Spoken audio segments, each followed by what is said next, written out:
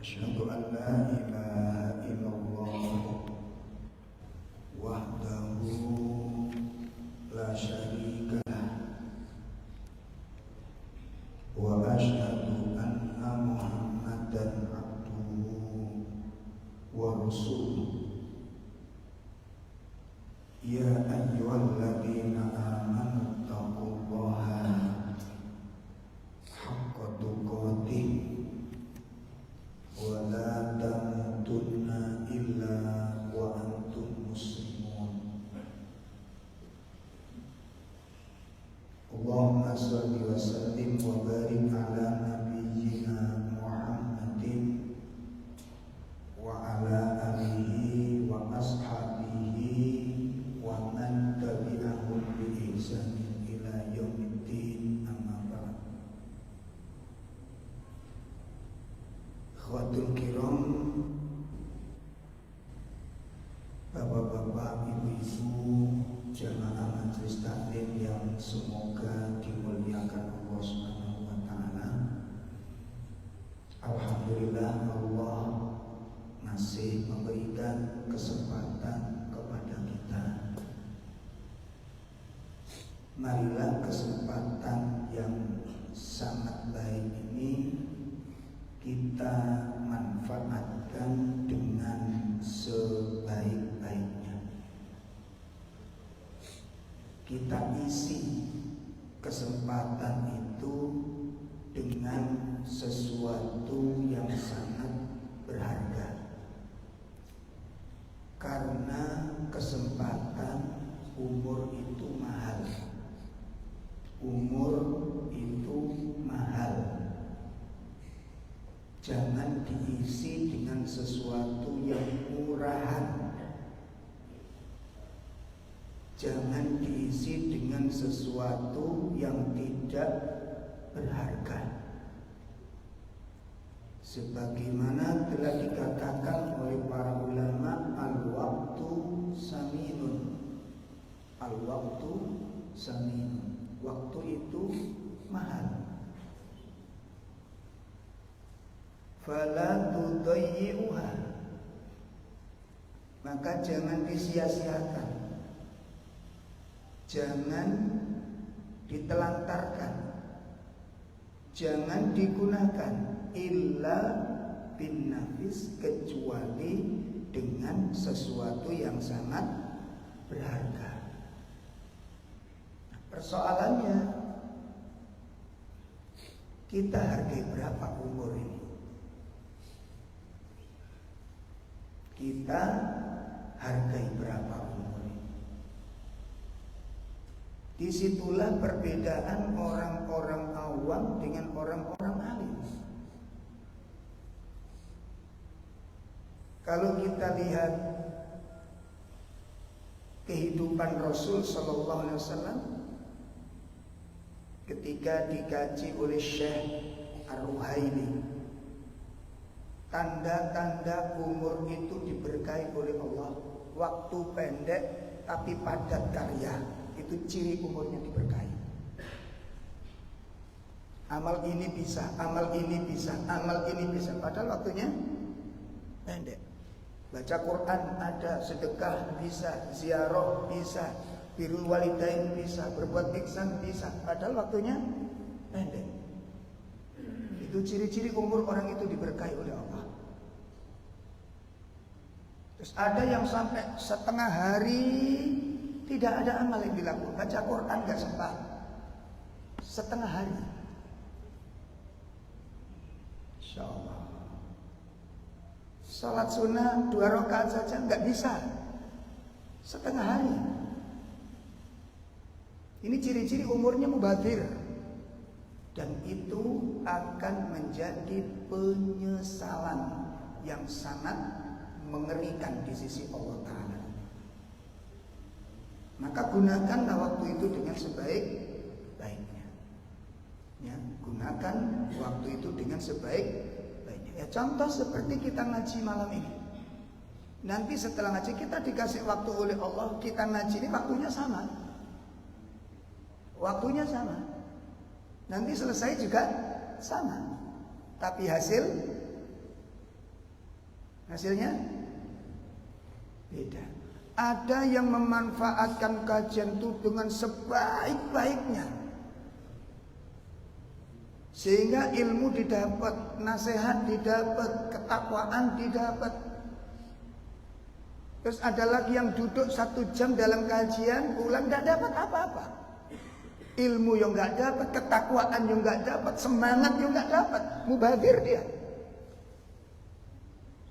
Maka camkan baik-baik. Jangan sampai kita duduk di sini dengan sekian waktu, pulang dalam keadaan tangan kosong, pikiran kosong, hati kosong. Itu akan menjadi tangisan yang sangat mengerikan. Itu akan menjadi sebuah penyesalan yang mengerikan.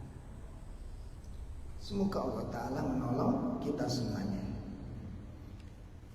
Baik ikhwas sekalian, materi kita malam ini melanjutkan materi kita yang lalu, berkaitan tentang tafsir surah Al-Baqarah, masih ayat 28 tentang tahapan-tahapan hidup manusia. Dan secara khusus malam ini kita akan bahas tentang dua hal. Yang pertama, kita akan membahas tentang peristiwa-peristiwa yang ada di alam kubur. Yang pertama, ya, karena kita akan ada di dalam dan kita akan menjadi penghuninya. Jadi kita harus tahu dulu apa problem-problem yang ada di alam kubur itu, dan apakah kita sudah siap untuk menghadapi semua peristiwa itu? Sudah menyiapkan untuk menjalani kehidupan di tempat tersebut? Karena kita pasti akan menjadi penghuninya. Pasti akan menjadi apa? Penghuninya. Berdasarkan beberapa riwayat,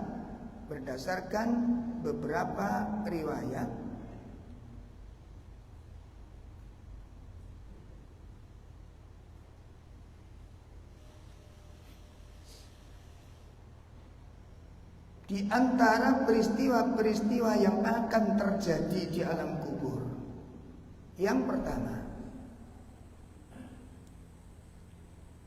bahwa alam kubur itu adalah satu pemandangan yang sangat mengerikan, yang belum pernah disaksikan oleh manusia di dunia manapun. Di alam kubur ada satu pemandangan yang sangat mengerikan, yang belum pernah disaksikan di dunia ini. Hal ini sebagaimana sebuah hadis, sebuah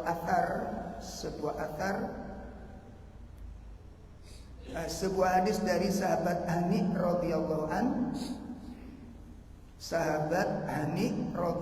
an, Maula Utsman bin Affan, bekas budak dari sahabat Utsman bin Affan. Ya. Qal, berkata sahabat Hani, kana Utsman idza waqafa ala qabri baka. Kebiasaan sahabat Utsman radhiyallahu an, jika berhenti di suatu kuburan, beliau itu menangis. Kebiasaan sahabat Utsman bin Affan, kalau berada atau berhenti di sebuah kuburan, beliau itu menangis. Hatta yakulla lihiyatahu, sampai air matanya itu membasahi janggutnya. Ini menunjukkan bahwa tangisannya sangat dalam. Faqila, kemudian ditanyakan kepada beliau, Ya, ditanyakan kepada beliau perihal tersebut. Tudkarul jannatu wan nar fala tabki. Ya Utsman, diceritakan kepada Anda, disebutkan kepada Anda tentang surga. Diceritakan kepada Anda tentang neraka. Fala tabki, namun Anda tidak menangis. Ya. Wa tabki min hadza, akan tetapi Anda menangis ketika menyaksikan kuburan ini. Limana? Ada apa? Ini loh Pak, cara pandang kacamata nafsu dengan kacamata ilmu. Ini kacamata nafsu dengan kacamata ilmu berbeda hasilnya. Maka sekarang belajarlah. Ayo kita belajar bersama-sama memandang sesuatu itu dengan kacamata ilmu. Artinya apa? Ketika melihat sesuatu bukan cuma melihat dohirnya sesuatu yang kita lihat, tapi di balik sesuatu ini ada apa? Ya, melihat sesuatu jangan cuma melihat sesuatu dohirnya Mas, tapi lihat di balik sesuatu itu ada apa. Nah, ini yang dilakukan oleh Utsman bin Affan. Nah, setelah itu apa? Ketika ditanya kenapa ketika Anda melihat kuburan Anda menangis? Anda menangis. Beliau menjawab, innal qabra, sesungguhnya kuburan itu awwalu manzili min manazilil akhirah. Kuburan itu merupakan tempat persinggahan pertama dari persinggahan akhirat. Ya. Kuburan merupakan apa tadi? Apa tadi? Persinggahan dari persinggahan akhirat. Ini. Itu kuburan.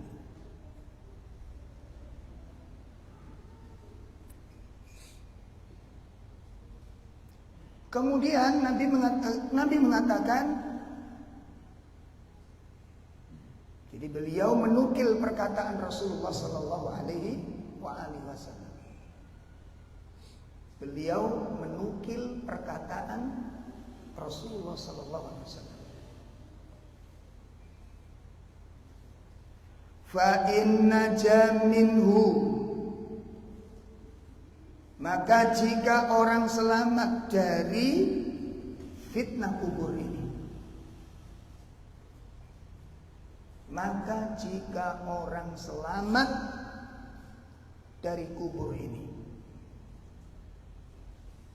fama ba'dahu aisaru minhu, maka setelah melewati masa kuburan itu lebih mudah urusannya. Insyaallah. Kalau orang bisa selamat dari fitnah-fitnah kubur ini,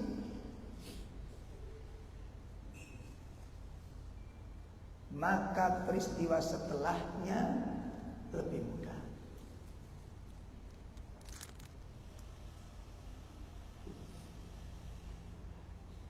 Sebaliknya,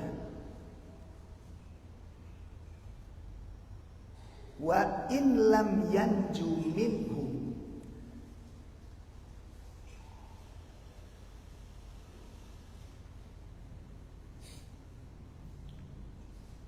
Dan jika tidak selamat darinya, jika tidak selamat darinya,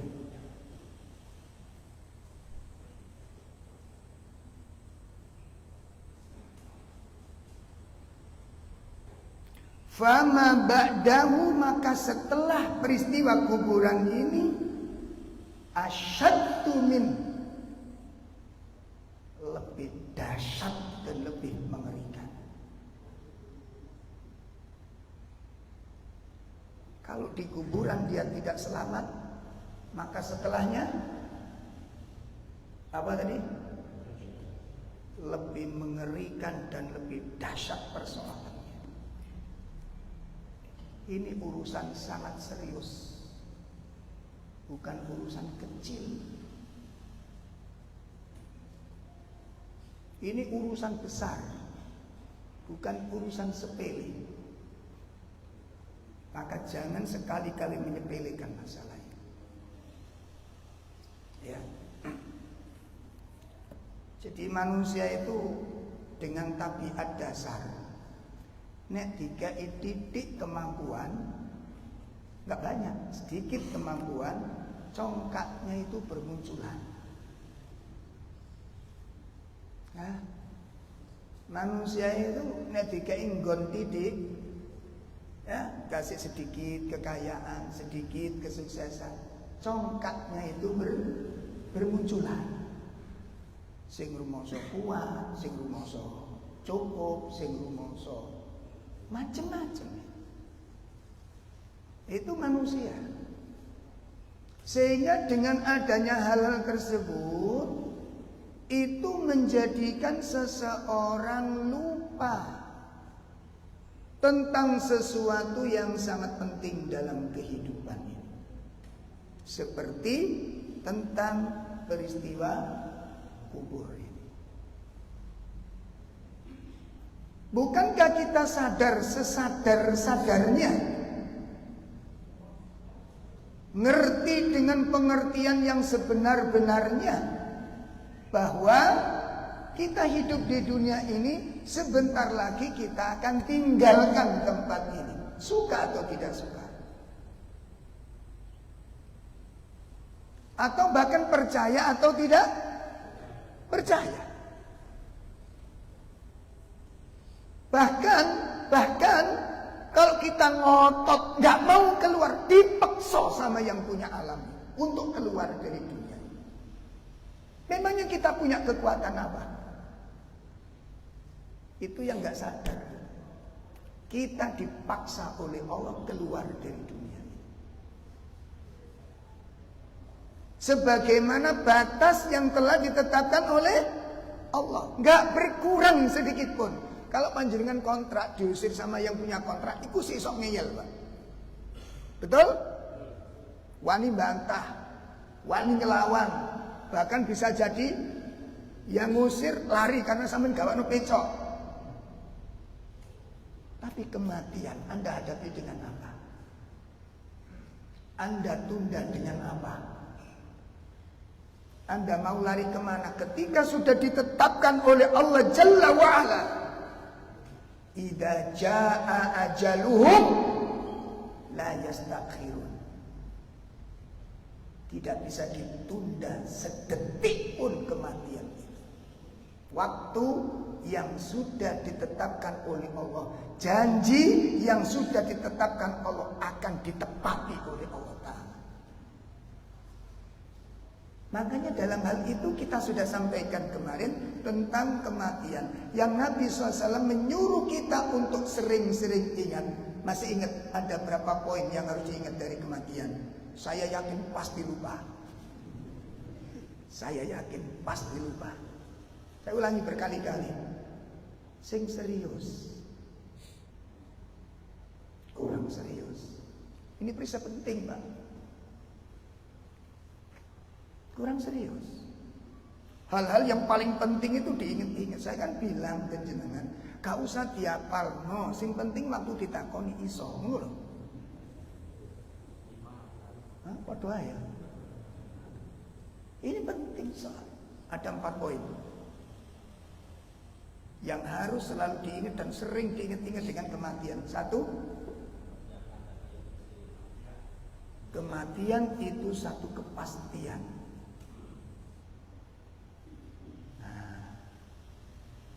Kematian itu merupakan suatu pasti. Jenengan siap gak siap? Atau saya gak percaya gak apa-apa, tetap mati Anda. Saya kufur. Mbok pikir kufur itu gak mematikan? Kemana Abu Lahab? Kemana Abu Jahal? Kemana Fir'aun? Memang kematian itu bisa dibuat-buat. Itu yang pertama harus diingat. Kematian merupakan suatu. Yang kedua apa? Gimana? Orang tidak akan ngerti, tidak akan tahu dengan pasti kapan kita mati. Gak tahu. Bisa nggak kira-kira dalam waktu yang cepat? Bisa? Tapi nggak ada kesiapan. Kalau ingat ini, orang akan selalu menyiapkan dirinya. Orang tidak ngerti kapan dia mati, di tempat mana kita mati. Bahkan camkan baik-baik ikhwan, camkan baik-baik. Kematian itu bisa terjadi di tempat-tempat yang tidak pernah kita akan duga akan kematian di situ. Di momen-momen orang yang gak akan nyangka di situ ada kematian. Pernah mendengarkan peristiwa iring-iringan pengantin laki-laki meninggal dunia ketika berangkat melanjutkan pernikahan? Pernah menyaksikan? Pernah mendengarkan? Pernah menduga bahwa perjalanan menuju pelaminan itu mengantarkan dia menuju kuburan.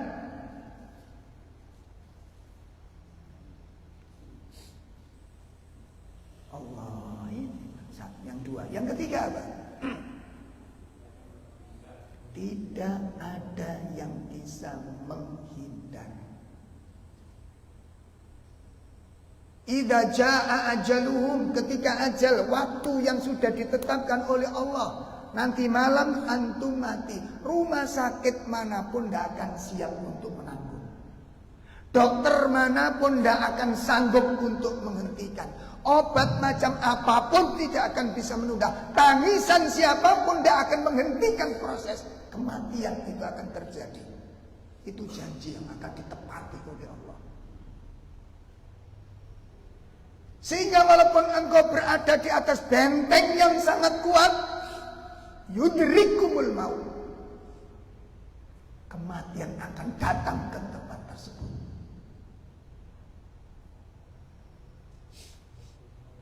Atau engkau menghindar? Menghindar kemana?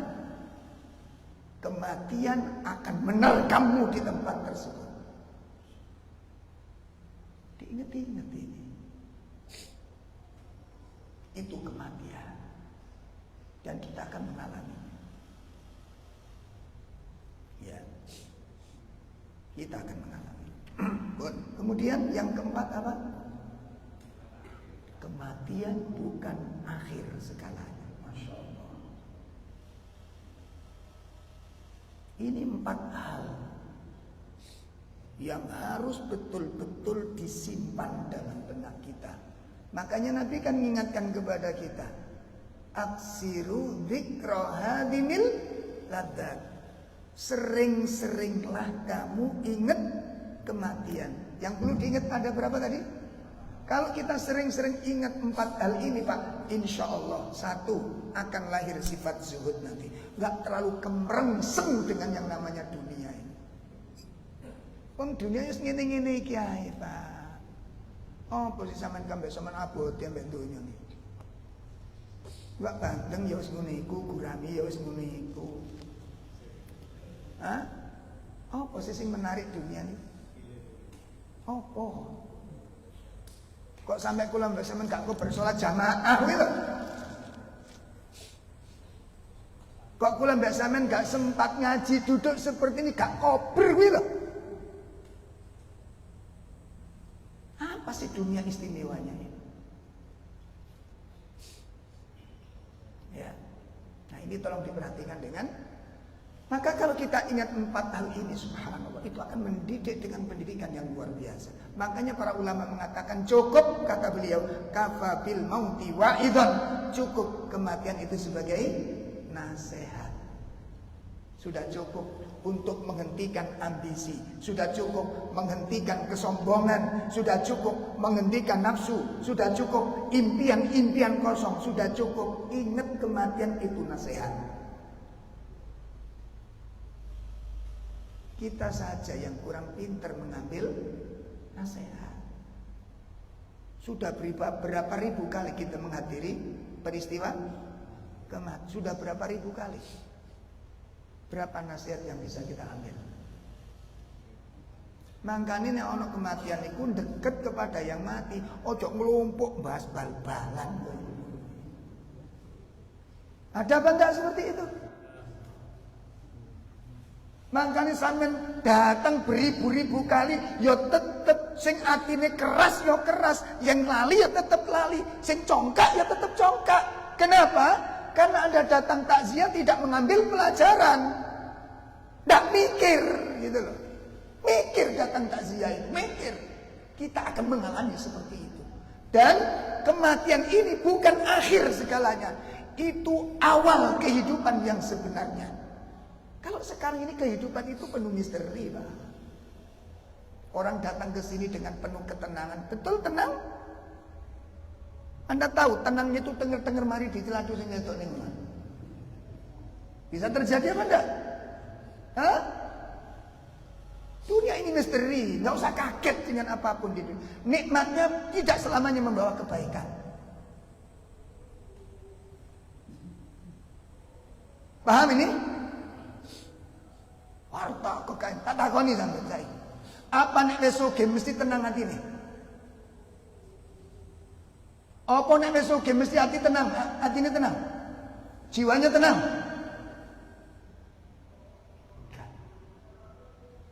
Makanya jangan kemerangsang dengan dunia. Sampun, saya lanjutkan. Ya. Nah, ibu-ibu bapak sekalian yang dimuliakan oleh Allah, makanya Nabi SAW mengingatkan, ya, apabila orang selamat dari fitnah kubur, setelahnya dia akan semakin bahagia dan semakin dipermudah urusannya. Lalu terakhir Nabi mengatakan, ma ra'aitu mandoron qattun illal qabru afdhu min. Rasulullah menyatakan, aku belum pernah menyaksikan, aku tidak pernah melihat suatu pemandangan pun yang lebih menakutkan dari pemandangan yang ada di alam kubur. Itu Rasulullah SAW merasa ketakutan menyaksikan pemandangan di alam kubur. Itu manusia yang terbaik.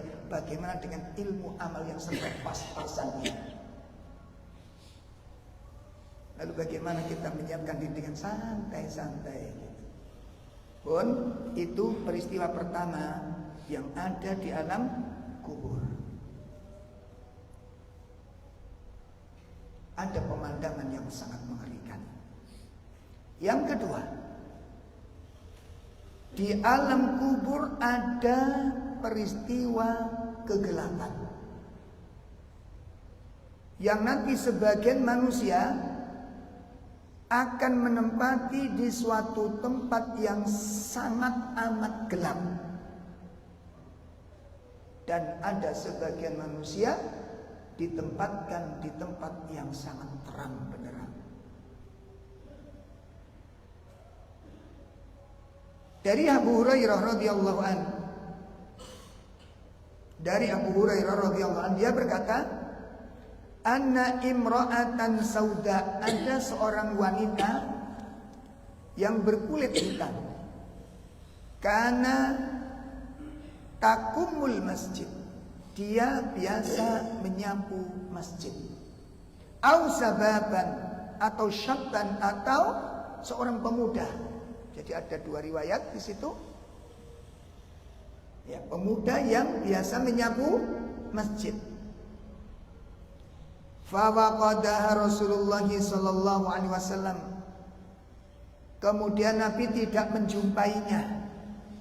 Ketika Nabi datang ke masjid, kok enggak ketemu wanita yang biasa nyapu masjid ini. Fasa'ala anha, kemudian Nabi bertanya tentang kondisi orang yang nyapu masjid ini. Faqalu, para sahabat menjawab, wanita tersebut qad mata, telah meninggal dunia.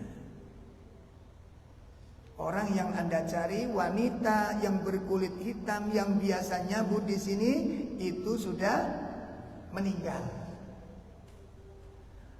Faqala Rasulullah SAW, kemudian Nabi berkata, afala kuntum adantumuni. Nah, kalau dia sudah meninggal, kenapa engkau tidak mengabarkan kematiannya kepadaku? Qala, berkata Abu Hurairah, faka'annahum sagharu amroha. Seakan-akan para sahabat itu meremehkan orang tersebut. Nah, ini kebiasaan yang tidak baik. Kalau orang biasa mati, nggak ada yang ikut memberitahukan kepada yang lain. Karena dianggap sepele. Tukang kebun, orang marbot aja. Subhanallah. Ya. Nah, setelah itu faqala Nabi SAW, dulluni ala qabri. Kalau begitu sekarang tolong antarkan aku ke tempat kuburannya. Ya, antarkan aku ke tempat kuburannya. Tunjukkan aku ke tempat kuburnya, di mana dia dikuburkan. Kemudian para sahabat fadalluhu, mengantarkan, menunjukkan di mana wanita itu dikuburkan. Lalu Nabi datang ke kuburannya, fasalla alaiha. Kemudian Nabi menyolati wanita tersebut. Lalu beliau mengatakan, inna hadhil kubur, sesungguhnya kubur-kubur ini mamlu'atun dulmatun, dipenuhi dengan kegelapan ala ahlinya, terhadap penghuninya ini. Kubur-kubur ini sedang mengalami kegelapan bagi penghuninya. Wa innallaha jalla wa ala yunawwiruha lahum bi sholati alaihim. Dan Allah telah menerangi tempat tersebut dengan sholat dan doa yang aku panjatkan kepadanya. Ini peristiwa yang kedua. Wallahu a'lam. Saya panjenengan nanti akan ditempatkan di tempat yang mana? Tempat yang akan kita huni nanti, apakah tempat yang penuh dengan cahaya yang indah, atau kita akan ditempatkan di tempat yang sangat gelap sekali? Wallahu a'lam. Peristiwa yang ketiga, di dalam kubur ada fitnah, ada ujian. Sebagaimana telah disebutkan oleh Nabi SAW dalam sebuah hadis yang diriwayatkan oleh Imam Ahmad dari sahabat Bara' bin Azib. Setelah prosesi pencabutan ruh itu begitu keluar langsung diambil dengan cepat oleh malaikat dan dimasukkan ke dalam kain kafan. Apabila ini ruhnya orang-orang yang soleh, orang-orang yang ahli tauhid, orang-orang yang ahli sunnah, maka ruh itu diambilkan, dibungkus dengan kain kafan yang diambil dari surga, yang aromanya memenuhi ruangan antara langit dengan bumi. Harumnya aroma ruh yang meninggal ini. Ya. Kemudian dibawa oleh malaikat menuju Arsy. Apabila ini rohnya orang-orang yang istiqomah, orang-orang yang bersih akidahnya, itu di setiap pintu, setiap penjaga pintu itu menanyakan dan mengagumi ruh tersebut sampai kepada arsy-Nya Allah Ta'ala. Namun apabila yang mati itu adalah orang-orang yang banyak dosa, yang belum termaafkan dosa-dosanya, pelaku-pelaku kezaliman yang belum terhapus dosa kezalimannya, maka ruhnya itu diambilkan dari kain kafan yang diambil dari neraka, yang aromanya sangat buruk, memenuhi busuknya aroma di seluruh jagat raya ini. Maka ketika akan dibawa menuju Allah ke arsy-Nya, setiap pintu tertutup baginya. Dan itu yang diterangkan oleh Allah di surat Al-A'raf ayat 40. Disebutkan oleh Allah di surat Al-A'raf ayat 40. Allah Subhanahu wa taala mengatakan di surat tersebut, Nauzubillah misyarri dzalik. Silakan dibaca terjemahnya. Innal ladzina kadzdzabu bi ayatina wastakbaru anha. Ya. Sesungguhnya orang-orang yang mendustakan ayat-ayat kami dan menyombongkan diri terhadapnya tidak akan dibukakan pintu-pintu langit bagi mereka, dan mereka tidak akan masuk surga sebelum unta masuk ke dalam lubang jarum. Demikianlah akan memberi balasan kepada orang-orang yang berbuat jahat. Ini tafsirnya di Surah Ibnu Katsir menjelaskan tentang peristiwa alam kubur. Nah, ini yang dimaksud. Ya, yang dimaksud pintu-pintu langit tertutup itu di sini disebutkan, ya, la tufattahu lahum abwabus sama. Pintu-pintu langit tidak akan dibuka. Ini maknanya apa? Rohnya orang-orang yang zalim, rohnya orang-orang yang musyrik dan dia belum bertobat dari kemusyrikannya dan dosa-dosanya bertumpuk-tumpuk di sana, maka la tufattahu lahum abwabus sama. Pintu satu pun langit tidak ada yang dibuka untuknya. Allah tidak mengizinkan roh ini dibawa menghadap kepadanya. Lalu kemudian Allah perintahkan untuk dilemparkan ke tempat dia dimakamkan. Dan itu sudah penuh dengan siksaan. Setelah roh itu dikembalikan kepada jasad, maka jasad itu kembali hidup. Dan setelah itu datanglah malaikat, dua malaikat yang dinamakan Munkar Nakir, yang bentuknya disebutkan di dalam hadis dalam kitab Ar-Riyad An-Nadhirah. Yang satu berwarna kehitam-hitaman yang luar biasa, dan yang satu lagi berwarna kebiru-biruan yang luar biasa. Itu dua malaikat yang diutus oleh Allah untuk menanyakan. Itu yang disebut dengan fitnatul kubur. Ada 3 pertanyaan yang sudah disiapkan di sana, dan itu pertanyaan konsekuensi, bukan pertanyaan kuis seperti yang sering kita saksikan. Ketika ada orang mau dikubur, setelah dikubur diberitahukan, fulan, Anda sekarang sudah memasuki alam kubur. Saya nasihatkan kepada Anda, jangan kaget, sebentar lagi Anda akan didatangi oleh 2 malaikat. Jangan kaget, jangan takut. Saya mikir orang ini gak benar ini. Itu siapapun yang mati pesennya seperti itu. Anda jangan biar orang yang mati gak pernah sholat, biar orang mati ini penggaweane mabuk, nggak tobat, pesennya seperti Anda jangan takut, Anda jangan khawatir. Nanti Anda akan ditanya marrabbuka, siapa Rabbmu? Maka jawablah, nggak bisa, Pak. Camkan baik-baik. Pengajaran kita kepada orang yang sudah mati itu nggak ada manfaatnya. Kalaupun bermanfaat, dengarkan. Kalaupun bermanfaat dia dengar, lalu dia tobat. Pertanyaan saya, apa tobatnya diterima? Setelah mati ini loh, gak bermanfaat. Salah kita persepsinya. Kalaupun dia menyesal, apa menyesalnya diterima oleh Allah? Lihat Fir'aun, ketika roh sudah di kerongkongan, dia beriman kepada Allah. Datang malaikat, itu ternyata Masya Allah, na'udzubillah min syarri dzalik, itu malaikat Jibril datang menyumbat mulutnya Fir'aun ini.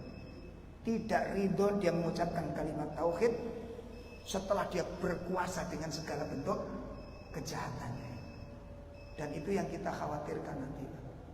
Di surat Al-Anfal itu disebutkan apa itu?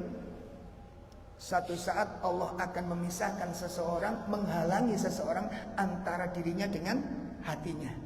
Itu memiliki dua makna. Seseorang dipisahkan oleh Allah dari hatinya, dihalang-halangi dari hatinya. Artinya apa? Orang ini nggak bisa kumpul dengan hatinya. Itu sudah kita alami sekarang. Kapan? Ketika kita sholat, hati kita nggak bersama-sama dengan kita. Maka saya ingatkan malam ini, kapan kita mulai mengajak hati kita ikut sholat? Selama ini kita sholat, hati kita nggak pernah ikut. Sibuk ngurusi urusan, nyambung urusan ini, mikir urusan ini, nyambung urusan sana. Selama ini seperti itu, berkeliaran di luar masjid pikiran kita.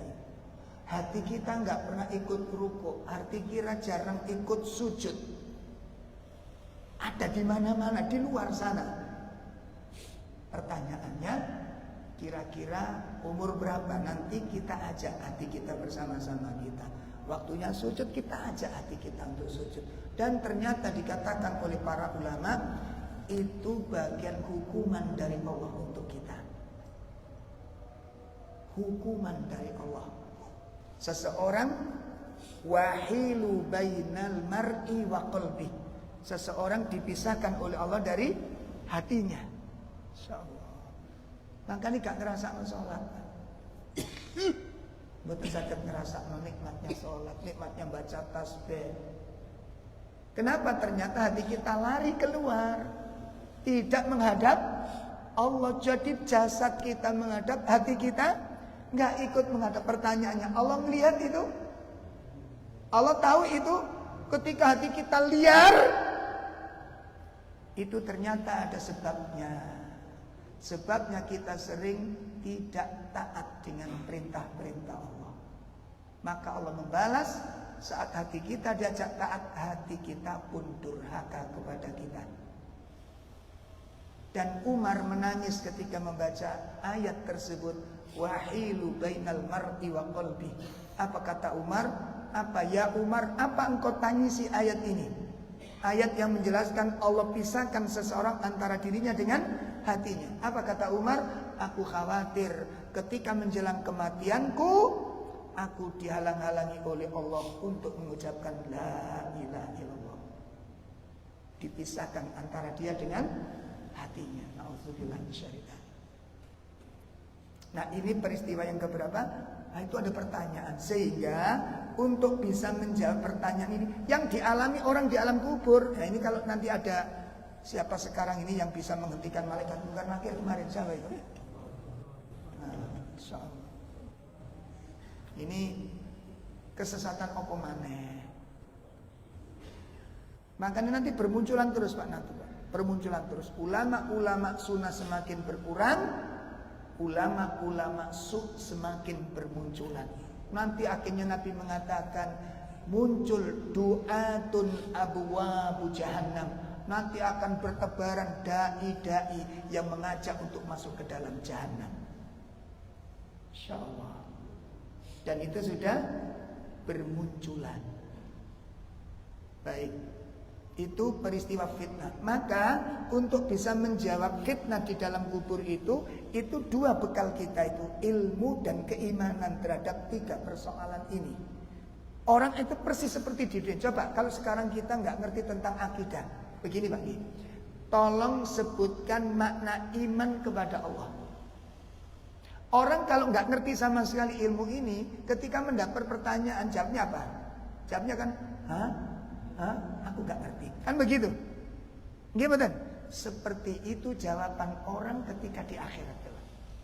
Persis ketika dia tidak tahu di dunia. Kalau kita ditanya nggak ngerti, gimana jawabnya? Apa? Apa? Aku nggak ngerti. Seperti itu nanti jawabannya. Nah setelah itu selesai. Kalau di dunia mungkin, oke, kalau begitu kamu punya kesempatan untuk belajar. Itu di dunia. Akhirat tidak. Itulah saatnya kita merasakan azabnya. Malaikat tersebut akan memukul tubuh itu sampai hancur berantakan. Dan ceritanya didengar oleh semua makhluk kecuali jin dan manusia. Dan itu sudah dijelaskan oleh Nabi SAW. Tinggal selanjutnya kita percaya atau tidak. Berikutnya peristiwa yang akan terjadi di alam kubur. Apa? Ada himpitan. Ada himpitan. Kuburan itu nanti disempitkan sampai menghimpit tubuh kita. Dan semua akan merasakan. Tinggal sesuai dengan dosa masing-masing. Apakah dosa kita banyak atau sedikit? Lamanya himpitan dan dahsyatnya himpitan yang nanti sampai ada yang menghancurkan tulang-tulang kita. Itu tergantung dari amalan-amalan yang kita lakukan. Makanya Nabi SAW selalu berdoa dalam ini dan selalu mengingatkan ketika terjadi kematian sahabat Sa'ad bin Mu'ad. Masya Allah. Ketika sahabat Mu'ad meninggal, sahabat Sa'ad bin Mu'ad meninggal, Nabi berkata, hadzal ladzi taharraka lahul arsy. Kematian sahabat Sa'ad bin Mu'ad ini menjadikan ars itu bergerak. Ars bergerak atas kematian Sa'ad bin Mu'ad. Kemudian Nabi SAW menyatakan, wa futihat lahu abwabus sama. Semua pintu-pintu langit dibuka oleh Allah saat kematian sahabat Sa'ad bin Mu'ad. Wa syahidahu sab'una alfan minal malaikah. Dan sungguh kematian sahabat Sa'ad bin Mu'ad itu disaksikan oleh 70.000 malaikat. Wallahu a'lam apa keutamaannya. Kapan-kapan kita akan bahas kenapa sahabat Sa'ad demikian mulianya. Lalu kata beliau, laqad damma dammatan summa furijan. Setelah sahabat Sa'ad bin Mu'ad dikubur, dia dihimpit sejenak, kemudian dia dibebaskan. Dihimpit sejenak, kemudian dibebaskan. Dalam riwayat yang lain, kalau ada orang yang selamat dari himpitan, maka sahabat Sa'ad bin Mu'ad orangnya. Tapi sahabat Sa'ad bin Mu'ad juga merasakan himpitan, tapi sejenak sekali, kemudian dia dibebaskan oleh Allah. Wallahu a'lam. Bagaimana dengan kita nanti? Yang terakhir, dalam peristiwa kubur ada azab kubur dan ada nikmat kubur. Di dalam peristiwa kubur nanti ada nikmat kubur, ada siksa kubur. Ada azab, ada nikmat kuburan. Ada azab, ada nikmat di kuburan ini. Itulah peristiwa yang akan terjadi di alam kubur kelak. Di saat kita sendirian di alam kubur. Saat kita sendirian di alam kubur. Lalu yang terakhir, apa bekal yang harus disiapkan saat kita sendirian di alam kubur? Akan kita bahas insyaallah pada pertemuan yang akan datang. Demikian kajian kita pada malam hari ini. Kurang lebih mohon maaf. Kita cukupkan. Wassallallahu ala nabiyina Muhammad. Subhanakallahumma wa bihamdika asyhadu an la ilaha illa anta astaghfiruka wa atubu ilaik. Assalamualaikum warahmatullahi wabarakatuh.